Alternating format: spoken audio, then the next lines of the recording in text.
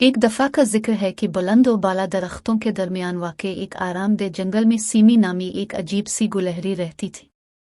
अपनी तेज़ दम और चमकदार आंखों के साथ सीमी हमेशा किसी मुहिम जोई के लिए तैयार रहता था।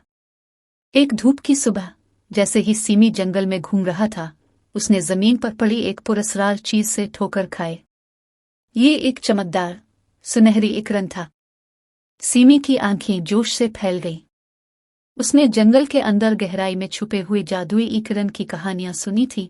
जो भी उसे ढूंढता है, इसकी ख्वाहिशात पेश करता है। बगैर किसी हिचकिचाहट के सीमी ने अरक को पकड़ा और एक ख्वाहिश की। मैं अब तक की सबसे दिलचस्प एडवेंचर की ख्वाहिश करता हूँ, उसने कहा। अचानक इसके नीचे की जमीन कांपने लगी और इससे पहले कि वो कुछ समझ पाता, सीमी पत्तों और टहनियों के भंवर में बह गया।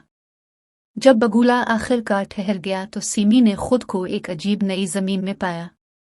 फासले पर ऊंचे ऊंचे पहाड़ नजर आ रहे थे और रंग बरंगे फूल जमीन की तज़ीन में बिखरे हुए थे। लेकिन जिस चीज ने सीमी की तवज्जो सबसे ज्यादा मबजूल कराई, वो एक पहाड़ी पर वाक़ एक किला था जो सूरज की रोशनी में चमकता था। इस परफितन सरजमीन को तलाश करने के लिए पुरज़्म सीमी किले की तरफ रवाना हुआ। रास्ते में इसका सामना हर तरह की मखलूक़ात से हुआ, बातूनी खरगोश से लेकर अक्लमंद पुराने अलूह तक। हर एक के पास सुनाने के लिए एक कहानी और सिखाने के लिए एक सबक था।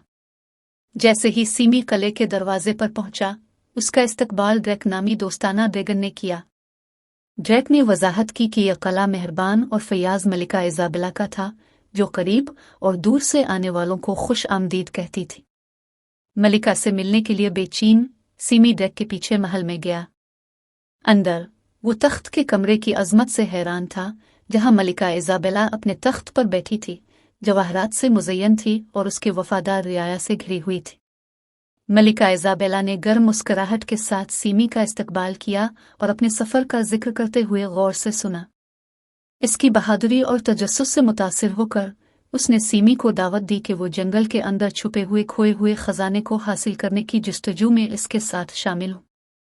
एक और मुहिम जोई के लिए पुरजोश, सीमी ने मलिका के चैलेंज को बेताबी से कबूल किया।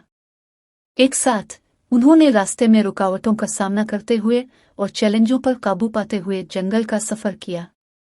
हर कदम के साथ सीमी ने हिम्मत, दोस्ती और खुद पर यकीन करने की ताकत के बारे में कीमती सबक सीखे।